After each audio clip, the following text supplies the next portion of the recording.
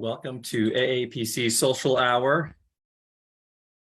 It is officially the fall. I think so anyways. It's feeling like it. I'm wearing a jacket. Haven't pulled out the sweaters yet. Yeah. Love it. Jackie, Yeah. Sarah, Kathy. Hey guys. Hi. Hi.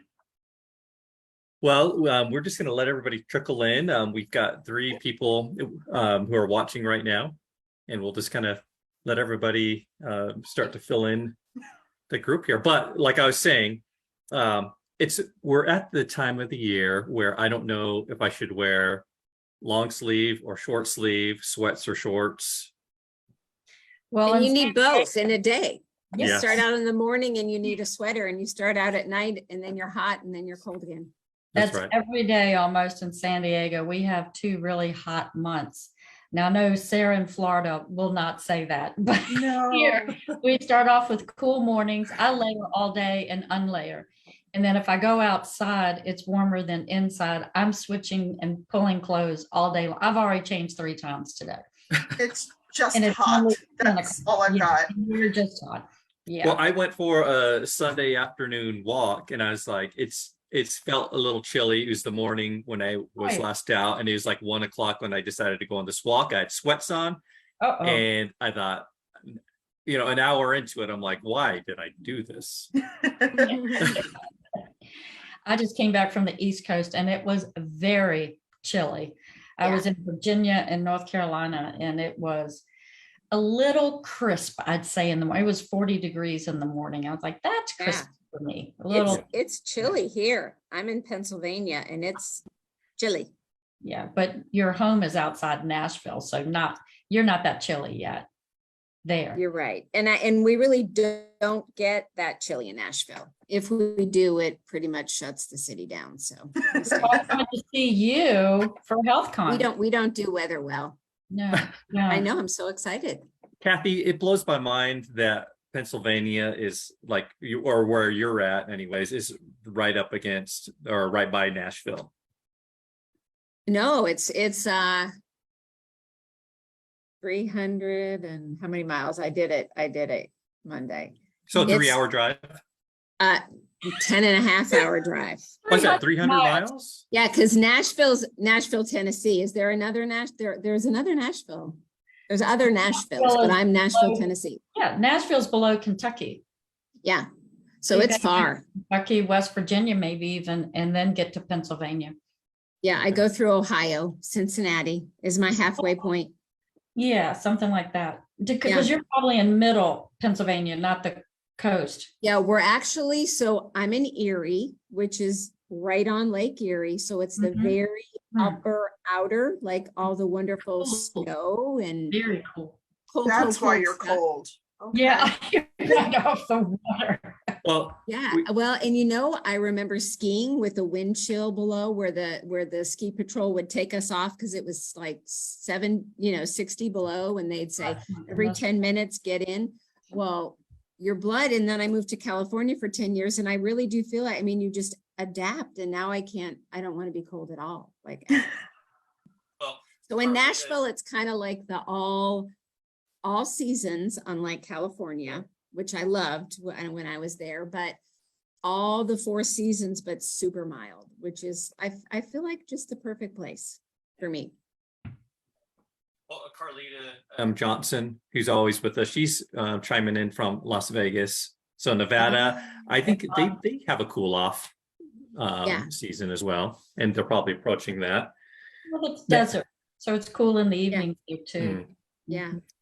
Ginger Avery in Idaho, depending on where you're at, Ginger, I'm sure like Southern Idaho is probably a lot like where I'm at, is outside of Salt Lake, but Northern Idaho probably pretty darn chilly right now, I would guess. But I'm seeing a lot of new faces joining us today. Genevieve Nottage. Hi, Geneva. Oh God.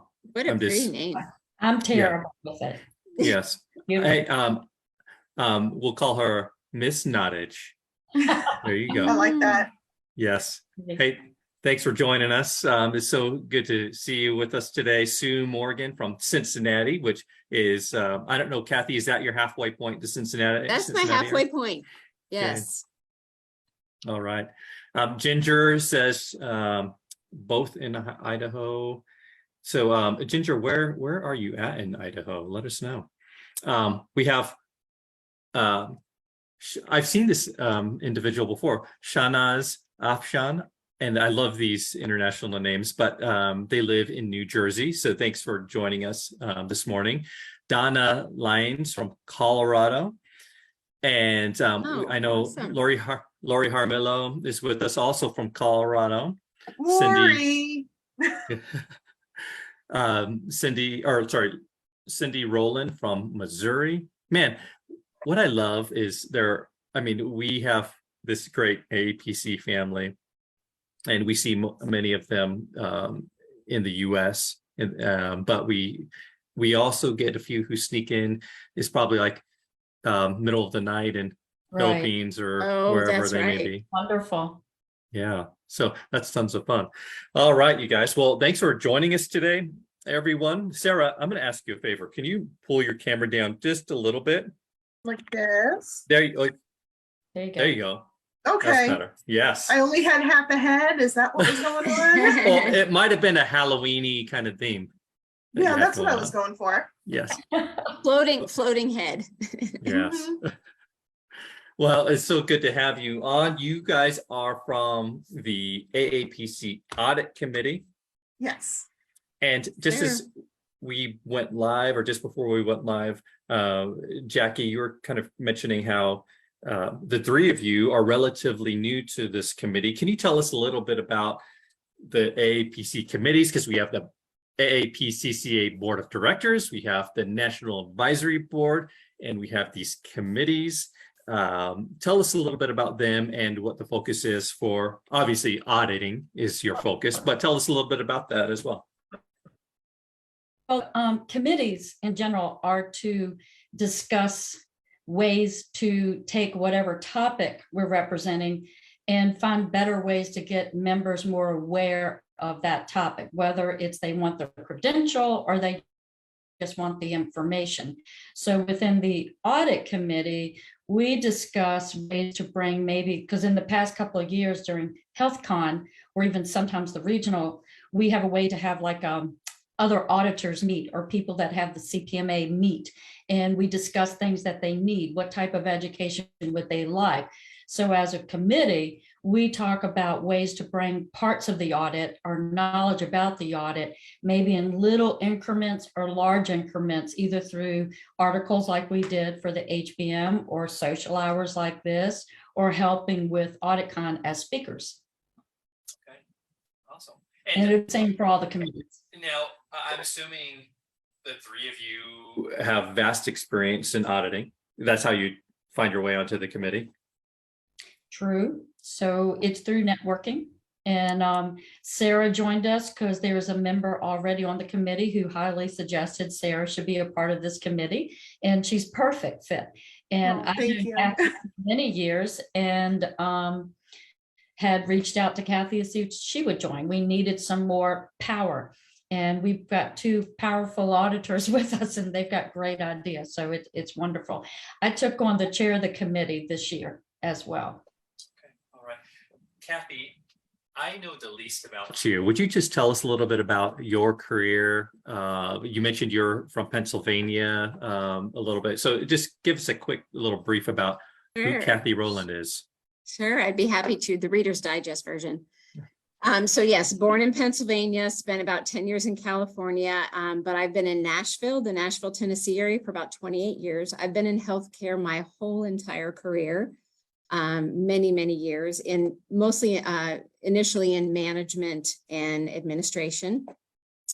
But then I got into the consulting world, and that is when compliance was born with the Clinton administration. And the consulting firm I worked for got involved in compliance plans. It was landed on my desk because nobody else wanted to do it. And I said, oh my goodness, this is what I love. And from the compliance plan, it kind of evolved into auditing. So we used to audit physician practices for efficiencies and productivity, but this was a whole new layer of auditing on the coding side. So I decided to, get my credentials for coding and start doing that. And of course, doing that then for several years, getting into the auditing, coding and auditing kind of at the same time, which is a little bit backwards. Usually you audit for a long time but I was just in a situation with a consulting firm that not a lot of people wanted to do it. I kept drawing in their minds, the short straw. I was loving it. So I have just been in the auditing area since I went to work for Vanderbilt Corporate Integrity. Got a lot of experience. I feel like that was almost my, we had to audit departments I couldn't even pronounce. It was a different thing, literally, that was put on your desk, every other week. So it was such great exposure. And then about 19 years ago, I started my own compliance company. I work out of Franklin, Tennessee, was just a little south of Nashville, and we do audits. So my specialty, so auditing is huge, right? I mean, it's this massive umbrella. And so as they go through, which I love about this AuditCon, there's so many different pathways for specialties, because as an auditor, you typically find your path in specialty. And mine, which I loved, was evaluation and management. And I think it's because I worked in the physician practice for so many years prior to getting into compliance and coding and auditing that I really understood it. I understood the process. It made such sense to me. So I've been in the E&M world, auditing, educating, done some defense work. And I just love it. And then do the compliance piece as well. So yeah, that's my journey. All right. So And Kat, Tennessee. also a nurse. Oh, and I'm a nurse. Gosh, yeah, I went to school. Oh, 6 years ago now, I went to back to school. Always wanted to be a nurse, just never seemed like the right time. And postmenopausal seemed like the right time for somebody. I don't know, it just worked out. And so yeah, I actually am a PRN nurse at Vanderbilt. I work in the trauma and the burn clinics. So I love taking care of patients. I'm an empty nester, so I have that wonderful ability to take care of people outside of that arena. And it also has helped me be a better auditor. It's helped kind of level my, having an education session with a physician as a nurse, talking about certain interventions and such has been really, really helpful. So, and it just gives me another diversion. I find that very fascinating. And I may, if we have time near the end, I might dig into this whole nursing business with you a little bit, the whys and whats, and you kind of started to dabble in that. But I think there might be others watching who might at this point think, hey, maybe I should dip my toe into the clinical side after all of my years on the business side. Opens up a lot of doors. Okay. Well, do you know who Beverly Johnson is? Yes. The name, we know her Okay. Well, from conferences. she's from my Tennessee. TA with my class. Yes. Oh, She's really? fabulous. Okay. Mhm. Well, I just thought, well, we got these Tennessee folks joining us. And I mean, of course, HealthCon in Nashville in May. And I'm super excited about that. I've never been Gonna out be there. great. So Kathy, you'll have to give us all a tour or something, or give us the down low on how to navigate through Nashville.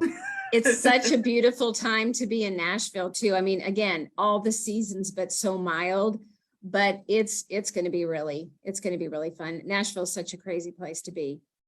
And it's going to be at the Opry. Where's the Yeah. location? Gaylord. Gaylord. Awesome. Yeah. Awesome. Opryland. Well, Going to be great. Yeah, I'm looking forward to that. It's going to be a fun time. We've got Lee Fifield coming in with us from our publishing team. Hi, Lee. Hi, Alex. Hi, How are everybody. you? Hi, Lee. Hi, Good. Lee. Hi, Jackie. Hi, Sarah. Doing well, doing well. All right. Well, hey, thanks for being with us. We are going to talk about Jackie. Well, I see the byline as Jackie Caprios.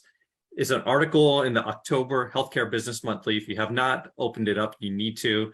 The article is called "Is Becoming an Auditor in Your Future?" and how appropriate for our auditing committee to be with us. Jackie, would you just kind of give us a little, before really getting into the article, just tell us how do you discover that auditing might be a fit for you? Because Kathy had an interesting path, sharing how this legislation changed and an opportunity just kind of landed in her lap. And we're always a little, do I want to pick that up? And Kathy did and ran with it and loved it. Jackie, how could someone find or discover that this might be their calling? Well, two ways I would say. And that was the purpose of the article, to show the variety of ways. Certainly one is very similar to most of us. It just lands in your lap. Next thing you know, you're auditing. However, there are individuals who are curious about what is the logical next step to build a career. And we wanted to approach it from that angle as well. And typically that's it. Either you're like, what do I want to be when I grow up? Oh, let me look at these different credentials. Maybe I'll be an auditor. What is that all about?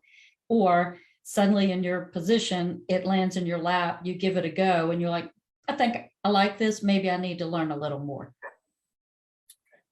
Sarah, tell us about your path a little bit. Did you, when did you fall into the auditing world? And what advice would you have to someone who may be interested in it?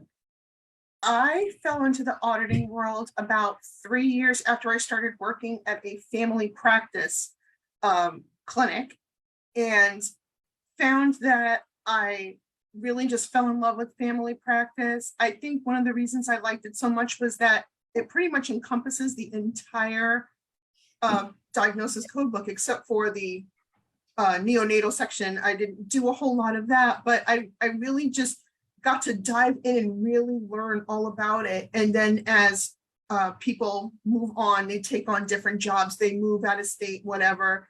We started getting new coders in, and my supervisor at the time said, Sarah, can you review these and see how the new coders are doing? And I said, sure, I'd love to.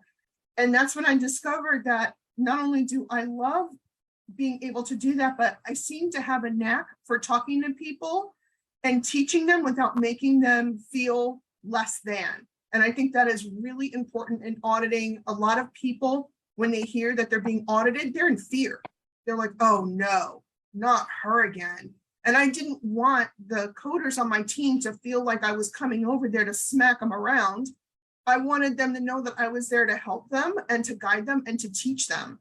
And if you don't have that spirit of helpfulness, of guidance and teaching, maybe auditing isn't right for you.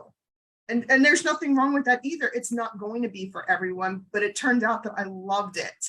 And it was all because my supervisor took a chance on me. I guess she saw something in me that I didn't see in myself, which is what a good supervisor or boss will do.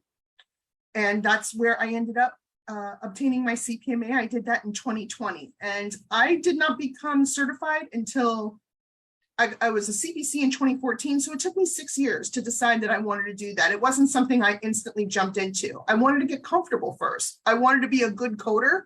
And I feel like you should be a good coder before you can be an auditor. That's great. Awesome to hear. Now, there are, in the article, which is on page 40 and 41 of Healthcare Business Monthly, there's a little section at the end, take 5 steps before taking the path to auditing, before you decide on enrolling in the medical auditing curriculum and pick your exam date. We recommend that you first, 1, read about the CPMA exam, review the exam breakdown on the AAPC website. And I guess, Kathy, would that just kind of give you an overview of what it's like and what to expect in the curriculum? Yeah, definitely. And just to give you more information, and is this something that I want to pursue, and what do I need to accomplish to make that happen and what's involved and definitely. Yes. Okay. Number 2 is consider if you have time in your schedule and life to learn a new topic right now. I guess that is hugely important because it is not, it's a lot of new information, and preparing for an APC exam is no joke. We know that. So yeah, just kind of block out that time. Make sure you've got that time and availability to take that step forward. Number 3 is network with current auditors at your local chapter meeting. Jackie, any thoughts about that? Definitely, whenever possible, I think we should always remember local chapters are your wealth of information. I think that was the one silver lining of COVID is local chapter meetings went virtual.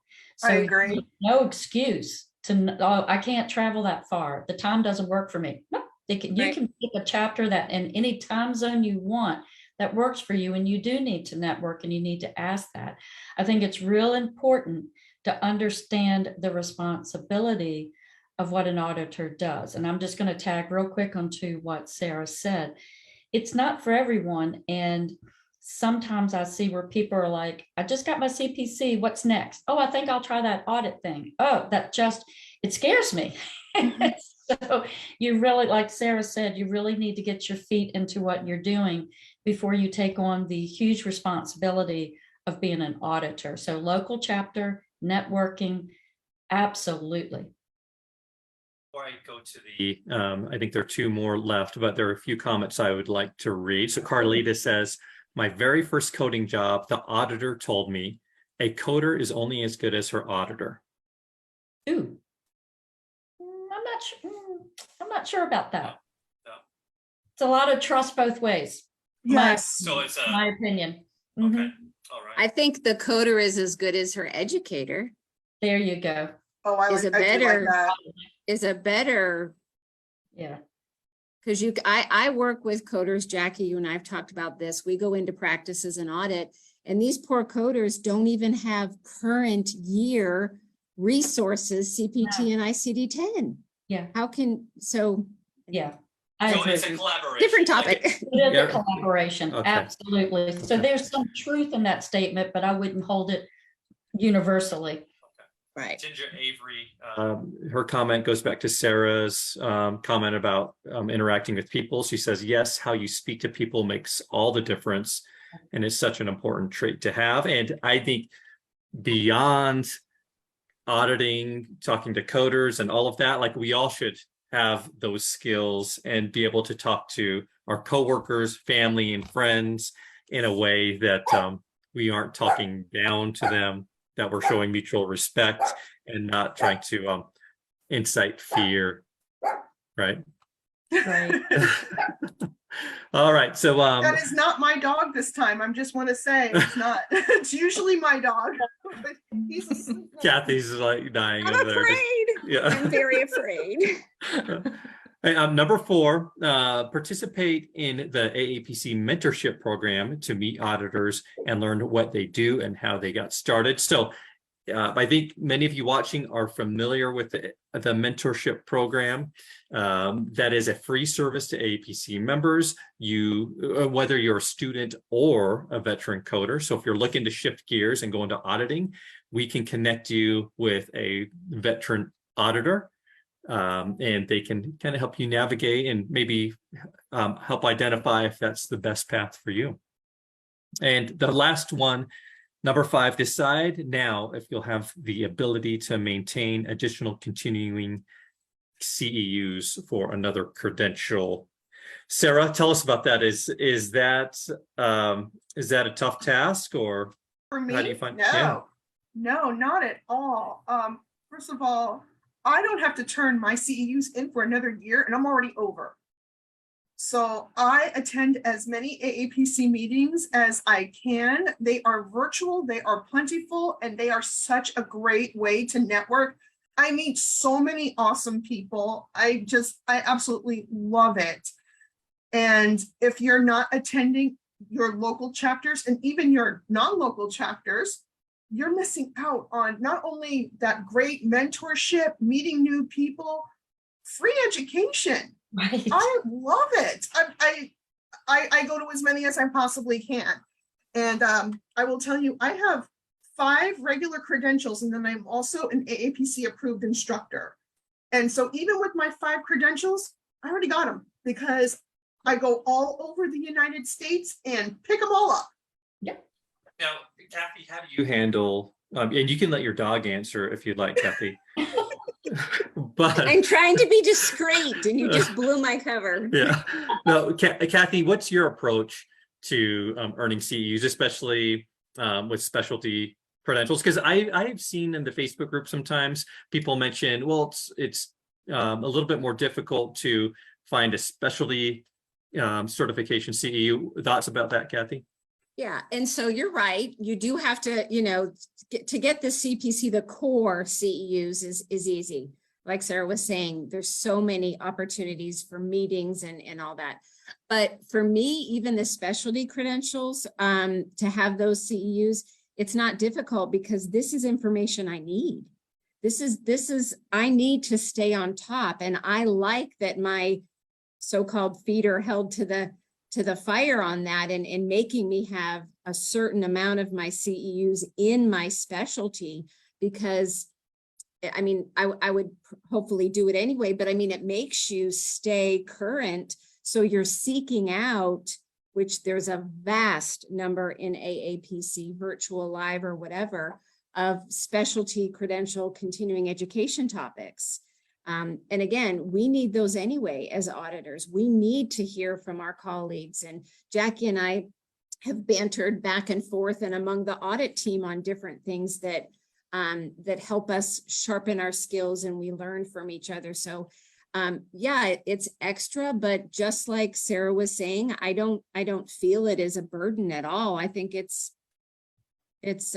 necessary to make sure you're really staying on top of, because this is ever changing. This is, I mean, it's just a very dynamic environment. So I don't want to lose my excitement to learn.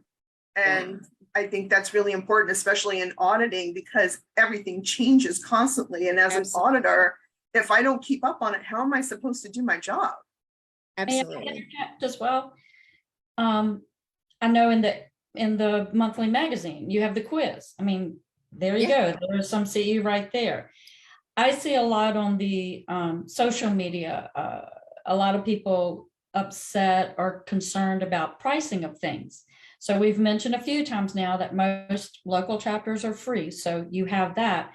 And for me, I am fortunate because I speak at conferences, so I go to conferences and I can get those CEUs. But even before that, they're just not that difficult.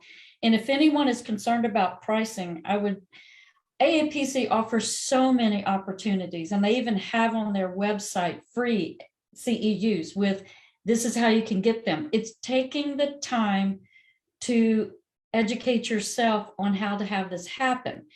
And if you're concerned about pricing, I would suggest looking at other organizations and what their prices are, because AAPC is typically, I'm not even gonna say competitive, they're typically lower, and they have so many educational opportunities and way to get CEUs. You just need to scour their website a little bit and educate yourself on the multitude of opportunities to maintain credentials and increase your education. And I say go ditto ahead, to Jackie. that and an exclamation point, Jackie, because I'm also certified in compliance. And my entity for that is, Yeah. it's very different. Not as many opportunities. I mean, some of the same or similar, but yeah, definitely.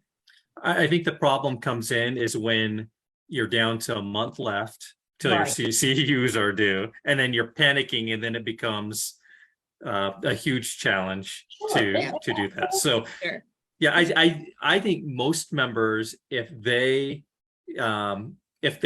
take steps right away at the beginning of a CEU period, can get all of them or nearly all of them for free if you just stay on top of it. Real Definitely. quick, there's some great comments. John Pazowski says auditing makes you a better coder because it forces you to pay better attention. I would agree with that. Hey, John. Yes. Yeah, yeah. And let's see here. Okay, this kind of shifts gears a little bit, but I think we should address it real quick. And maybe our members who are watching in the comments can help this individual. Azra Muzaffar says, I have a query as new updates are there. What about the CPC exam? Will exams consist of the 2023 code update? So if you're taking it in 2022, it'll have 2022 code sets. So if you're taking it in 2023, you will need to know that year's code sets. And there's been a big change with E&M, or it will be soon, right, Kathy? January 1st. Mm-hmm. And We I just can't wait. I just posted the other day on AAPC's social media channels an awesome infographic that kind of takes you through some of that. So check that out if you have a chance.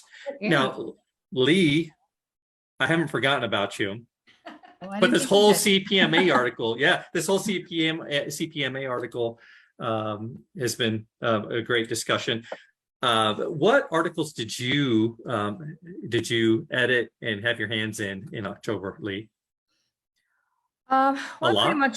I pretty much touch everything, whether Okay. I'm lead editor or not. So, definitely enjoyed Jackie's article, and I was asked to maybe choose a favorite of my own from the October magazine. Yes, we want to And hear it.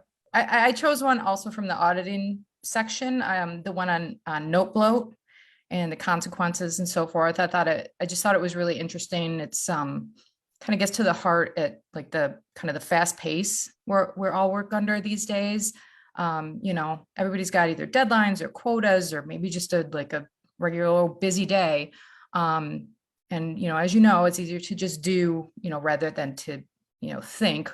And what I mean by that is, now we have with the EHR, we've got templates and default text and drop-down lists and so forth, which were all meant to be time savers.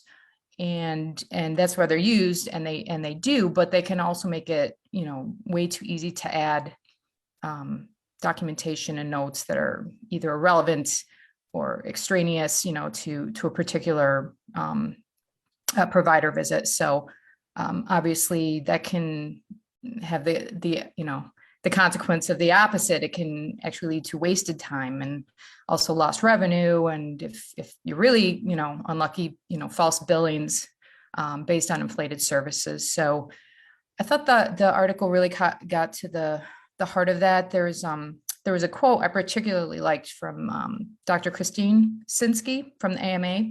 She said, if we can document it with smart phrases and drop-down boxes, we should reconsider whether we should document it at all. So it's just a very interesting notion. Nobody wants to read through, pages and pages and pages of notes that have nothing to do with the visit that just occurred.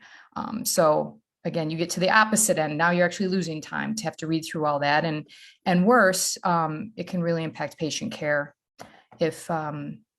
if there's inaccurate information, again, from a dropdown or something that you chose and didn't update the proper information and so forth. And that stays in your permanent chart. And, as a patient moves from provider to provider, that can have, far-reaching consequences.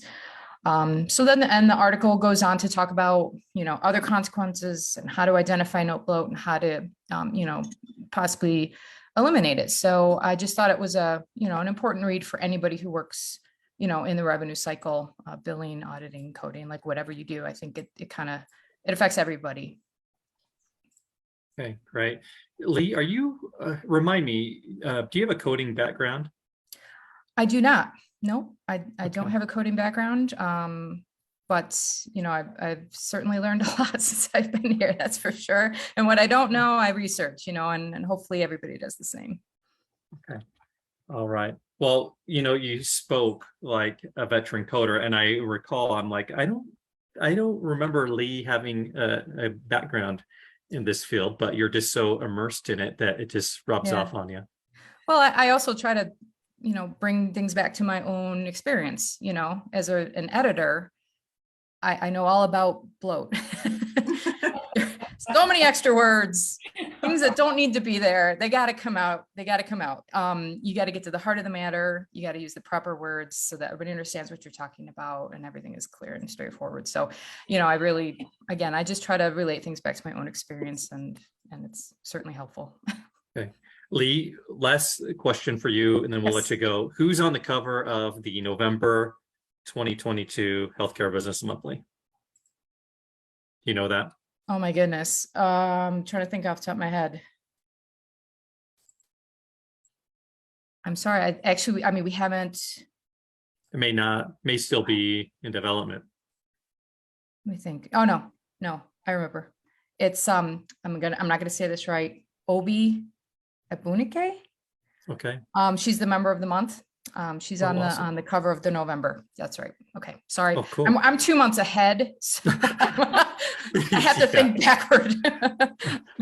Awesome. Well, it'll be fun to get to know her and see her profile, her feature in the article. Yes. Yes. So It'd be very good. awesome. Thanks, Lee, so much for being with us. We appreciate you. Okay. Thank you. And everybody, please write for the magazine. I want to see everybody Yeah. writing for the magazine. Please take care. Yes. Yes. Right Thank for you. Healthcare Business Monthly. All right. Thanks a lot, guys. Yeah. Bye-bye. All right. Hey, there are a few questions that are in the comments. So Rachel Welliford asks, I've seen some members on Facebook comment that they've been told ABC CEUs are limited to 100 miles. So they, I guess you can't get CEUs outside of a 100-mile radius from you. And she asked, can this be addressed? So as Lee was on, I was messaging with Marty Johnson, our the head over our local chapters. And she says, right now you're not limited. But I think that may change. Really, at the end of the day, we want to make sure everybody's supporting their local chapters. So you're first and foremost, we hope that you start with your local chapter. And maybe if your local chapter doesn't have a lot going on, this is your opportunity to help stimulate it and give it the energy that you hope for. So Or within the state, yeah, because a lot of states have so many of them, and some of them are within 50-mile radius and not very far, maybe 80 miles, but you can stay close, but definitely help out your local chapter. I mean, I'm just a huge proponent of local chapters, anything you can do. Mhm. yes.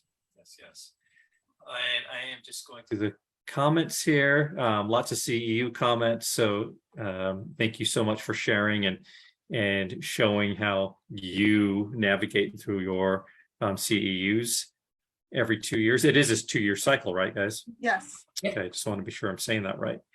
All right, we have a few things that I just want to touch on real quick, and then I want to talk about what you guys have coming. You guys have a lot happening, but everybody needs to be aware that we have a virtual career fair. We had a little Facebook Live last week about that. That is October 27th from 10 a.m. to 2 p.m. Eastern time. So if you're looking for your first job, looking for a new job, looking to change directions, I encourage you to attend that. And I'm going to put a link to the virtual career fair in the comments. I think this is such a great idea. It's been a long time coming. I mean, I'm so glad that we support our job finders in various ways on the website, Project Extern, but not everything works for everybody based on region or circumstances, and we hope that this can help create that path. So, a virtual career fair. Jackie, you've been around APC pretty closely for many years. Have you seen anything? I didn't mean that. I mean that in the best I'm fine way. with it. I'm just Okay. laughing. I sure have. I missed the beginning by just a little bit. Well, has APC ever done anything like this in your No, time? certainly at conferences, we've always had sponsors, I would call them vendors, who could market or talk to people, but that wasn't always the best. This will be something dedicated just to that. And so it's incredible. I'm so proud to see AAPC. They are doing everything to help members in every single avenue within the business of healthcare. And this is just, and it's not an easy task to do these virtual events.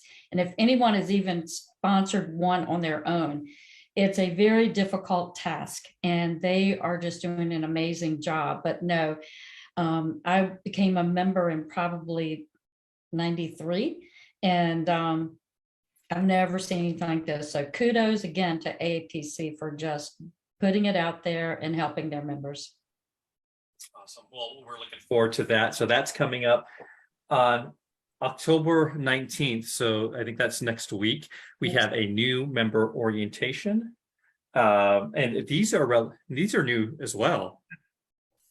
Because we just started doing, I think, Alex, you do it at the conferences, first time attendees, how to work the conference. And that's been really helpful for a lot of individuals to figure out how to get through a conference and get the best out of it. I actually just did that one. That was me last year at regionals in Charleston. I went through that and it was wonderful. It's so helpful. Yes. So if you're a new member, to AAPC, I just dropped a link in to the Great. comments for new member orientation. And maybe you are a veteran member and are thinking, am I getting the most out of my membership? And I think there are a lot of benefits that many members don't know about, such as the mentorship program, such as Savings Connection, many things. So check that out. And then finally, on my end, we have the salary survey. Yes, always good. I filled mine out. Okay. Kathy, did you fill out your salary survey? She's Okay. muted. She said yes. Yes. Sorry, yes, I did. Kathy, I'm curious, Yes. do you ever go back and read salary surveys, like after it's published in the magazine and on the website each year? Is that a helpful tool for you as you, I don't know if you've had to look at salaries regionally, or just kind of curious, how do salaries stack up in your area versus others? Have you ever taken a peek at that? Just recently I did, as a matter of fact. I had a practice contact me about hiring a coder and potentially an auditor. And of course, I don't, I have independent contractors, so it's different, in my scope, I don't actually hire. So to get a good snapshot of what people are paying, I mean, it's very valuable. And of course, it's extremely credible. This is a national salary bank, so you are able to really be competitive and or identify that maybe you're not as competitive, and maybe that's why there's the turnover. So yeah, just recently, as a matter of fact. Okay, awesome. Now, when that's published each year, I see comments from some coders saying that's way too high, or that's not how it is in my area. But this is the legitimate information that we get from members. And so if you want this to be as accurate as possible, then you need to fill it out. So please go ahead and do Actually, that. I would just want to say something, that if you're looking at the salary survey and you think to yourself, wow, they're getting paid much more than me, that is actually something that you should be looking at and saying, I'm being underpaid, and now I need to work on myself, work on my resume, work on my skills, so that way I can move on up, because I'm not being paid what I'm worth. So instead of it being an insult, have it be an opportunity. Yes, I love that. Yes, use this as a tool to help you get you where you want to go. Exactly. All right. Hey, you guys have two events that we want to talk about. And first is AuditCon. And speaking of auditing, tell us a little bit about AuditCon, you guys, and who would you recommend attending this? Is this exclusive to those who are already working in that field, or maybe someone interested? Kind of give us a little information about the event. Sure. So AuditCon would be an opportunity for someone thinking about getting into auditing. We've set it up to be different tracks of education. So we have a very beginner informational track with things about what are the parts of the audit, how to talk to providers, really basic information about audit. Again, if this is something you're thinking about or just kind of getting into it, then we have a more advanced track. And this year we will be practice management. And as an administrator, what are the things you have to think about with audit and the different other, taking audit away from just providers, but how to audit coders even. It's a different type of audit. So it's not just auditing to a specialty or to a particular topic. We wanted to think about it in a more general term. So practice managers, administrators, certainly compliance officers, those individuals who work in compliance, because we'll do our best to bring in some compliance as well. The whole agenda is out on the website. It's a 2-day, November 3rd and 4th. It is virtual. We have some fabulous speakers, and this year we worked very hard to expand the offerings and not just be limited to just evaluation and management and a few specialties, but even more than that. Now we are going to bring in evaluation and management. We will touch on the changes that are coming in January for 2023. It's just, we wanted to just capture it. So it involves the experienced auditor. And I've said this many times, sometimes you attend a session just to confirm that you are on the right path. And also the idea of going to these events is that opportunity to network again. I had a session last year and there were people connecting and helping each other out. And to me, that's just, there you go. That's the benefit right there. Meet other people who are in similar situations, network, and start finding that way to build and grow. Kathy, have you attended AuditCon in the past? Yes. Tell Yes, us about last year. what was that experience like for you? Mhm. Yeah, I did speak, but I loved it. Like I was even looking through the agenda earlier this week, and I mean it is so vast. It's very diverse. You're going to find something, maybe you're trying to explore a specialty and you're not quite sure, about it. I mean, you'll find information there. You'll find experts there. Like Jackie said, me personally, my takeaway from all the conferences, AuditCon and certainly, when they do the national is the networking. I mean, meeting people there, you cannot audit on an island and you cannot code on an island. You need your people and you need to bounce something off. I mean, we do it all the time, no matter how many years we've been in it. So I think the biggest value, of course, it's the education, learning and hearing a different perspective in a way that, gee, I hadn't really thought about that before.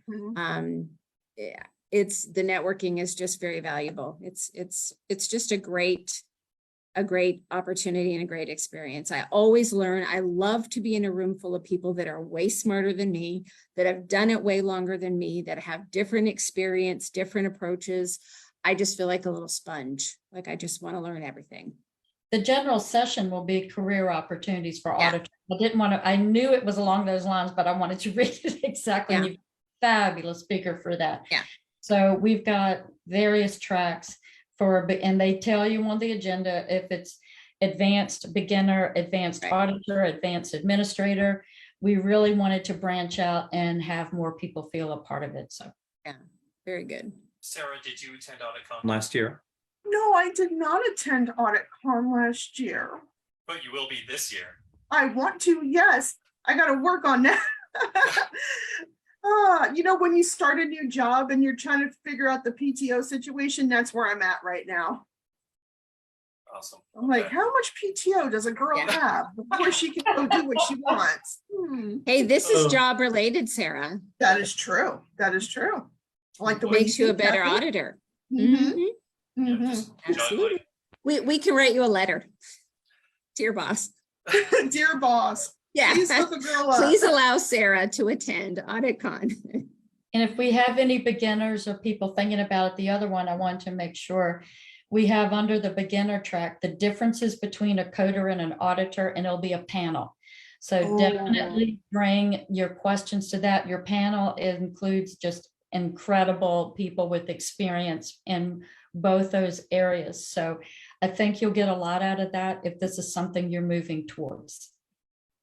Now, you guys also have, I think it's a lunch and learn Yes, we will. We coming have up. next week, next Wednesday, the 18th, no, the 19th. 19th. Yeah, 19th Wednesday, same day as the career. Oh, yes, yep. The, uh-oh. Mhm. Yeah, 19th. So Well, yes, that is the Ask and Learn reporting audit findings to providers. Yes. Okay, So that will be representatives from our committee. And it will be just that. Basically, we will have some slides talking about basic information to remember when reporting audit findings. But our hope is we'll get a lot of questions and concerns, or where people have had some difficulty, and be able to provide some ideas or resources or things to consider. all right. Well, there's so much information for auditors and for those seeking this path in auditing. Guys, I did not plan or schedule this meeting to be like this action-packed CPMA auditing social hour, but all the stars aligned, and it all is here for our auditors out there and those who are seeking this career path. All right, well, real quick, we're just about out of time, but Kathy, I want to jump back over to nursing. And you mentioned that it helps working the clinical side, or having that that education now helps you immensely. First, one, do you work clinically at all? And two, how does it help you in your expertise as in the business side of healthcare? Yes, so I do, I'm PRN because obviously my full-time job is with my company, but it does allow me the flexibility of working PRN, and that means just as needed, so I can set my own schedule. I work for Vanderbilt, and I work in the outpatient trauma and burn clinics. And so I haven't done auditing in those two areas specifically yet in my career, but I definitely have been exposed, I've been on the inpatient side in neurology and also in ophthalmology. So I do have a lot of nursing, experience in those areas. And I think just the general understanding, I've used it a lot doing critical care audits, because I think, we've talked about just that I'm able to kind of extrapolate the status of the patient maybe a little bit easier certainly than a non-clinical. And some of these, especially with E&M, we've talked, Jackie and I have talked, being a clinical person is very helpful in some of those gray areas that our guidelines aren't quite as clear as we'd like them to be. And I also think that I can kind of talk the lingo with physicians. And Sarah, you mentioned just the most critical important thing about auditing is just your communication skills. And some physicians, like I have a client now, I was hired because I'm a nurse, because they only want to be audited by a nurse. That is I'm sure the exception, not the rule, but so they like having that clinical, that his sodium was this, so it had to be this, even though it didn't quite get to the paper that way. I'm able to take some of those liberties and then educate on that. I can see that this was a much sicker patient based on this, this, and this. Clinically, I could see that. So now what I need you to do is to make sure it's on paper. Make sure that actually is hitting the paper, because you're being audited from a payer's perspective by a non-clinical person who is financially incentivized to find errors. So definitely has helped in that. And then what was the plan? What was the second question you asked me? Sorry, Yeah, I'm distracted. So one, how does it Geez, you know what? So I answered both of them. Am I working full-time? And I'm working PRN as a nurse. So I have that ongoing exposure to nursing, and then how it's helped me. And again, just really helped me read a medical record differently. Sometimes it's a hindrance, but most often it's helpful. But it's a very big, it's a great opportunity, I find, to do more education for the physicians. Sometimes I'll call Kathy and say, look, this is what the note says. This is what I think. Am I close? Because I want to use it the same way in my comments. I can't audit to things that weren't documented, but the same, you want to be able to provide that education. So oftentimes I'll call her and say, okay, I'm seeing this in the labs. Shouldn't this have been in documentation? But again, sometimes we will agree to disagree because she's looking at it a little bit differently from a clinical perspective. But that's what this is all about, is being okay to have a difference of opinion on how you see something. I mean, that's what we do. We should challenge ourselves all the time. Or to open your eyes up and say, wow, Right. I Yeah. would have never thought, because I am too clouded, because I'm too clinical. It's just, again, that whole networking and seeing others' perspective is just incredibly valuable. Hey, Kathy, can we share your phone number with everybody watching so they can ask you for tips as well? Share my email. How about if we start with an email? No, we're good. We're good. But I'm sure if you want to connect with any of these amazing women, that LinkedIn might be a good place to start. I am all about Absolutely. LinkedIn. And are you guys a part of the mentorship program? Do you guys act as mentees? I don't just No, No, and for me, because I know my schedule and I'm not able to give the time that someone will absolutely need, but I'm always, and I tell people, email me, if you have a question, concern, but I don't have a schedule that can be that dedicated. I won't be a good mentor. I just know that. I couldn't say it better than Jackie. I work full-time. I have dogs, and I have my son still lives at home, and I have my own business, and I couldn't dedicate the time that would be needed to do it properly and do it well. But on LinkedIn, I answer as many questions as I I can. do too. People email, I help in other ways. Mhm. And I'd just like to give a little plug to the AAPC Facebook groups. We have two. One is a general group, and then we have AAPC certified members, and we try to keep that to coding questions exclusively. Mhm. So if you're not a member of that, you have to be a certified member to join. But join that, and if you have these types of questions, there are tens of thousands of members of these groups with vast amounts of experience, from newbie coder to decades of experience. And that's what I love about AAPC members, is they are willing to help share their knowledge. Yes. Definitely. So, all right. Well, you guys, we made it to the hour mark. Again. thank And- you. Let's- Yes, and it flew by, as I knew it would. I It knew always with you does. guys. Yes. it does. And thank you so much for sharing all of your insight and information. And hopefully we inspired a few new auditors from this session. That would be great. Yeah. Good. Yes. So if you Thank you. if you have questions about becoming an auditor, I'd reach out to Kathy, Sarah, or Jackie on LinkedIn, or again, ask in the Facebook groups to our auditors who are already in there. And I'm sure you'll get a lot of great feedback. So Good. we appreciate, Definitely. yes, we appreciate everybody for being with us today. And all of Thank the you. comments and questions. Yes. And that's what makes this great, is we have so many great questions, and those who are interested in what you guys are talking about. Thank you so much for sharing your comments and supporting each other in there. And I guess we will see everybody in about 2 weeks, just before Halloween.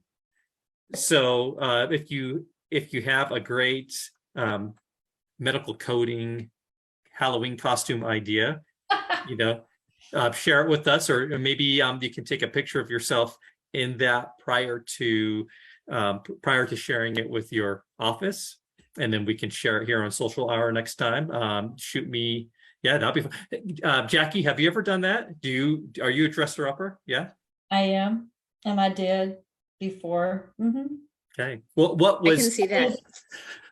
what has been your favorite? Coding related or just costume? Coding related. It won't sound nice, but I thought it was really funny. So I'll just say it. It was this was the mid 90s. And that's when that book, The Easy Coder, was really popular. That thing was awful. So I dressed up as the Easy Coder. I'm sorry.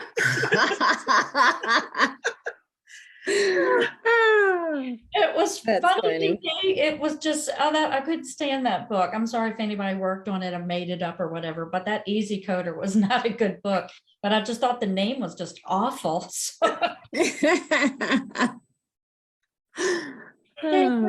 shared a little bit. Well, thanks, you guys. You guys hang on with me for just a second. We will see everybody in 2 weeks, and All thank you right. so much for attending. Thank Bye, everybody. you. Bye, everybody. Bye. See you at Auticon.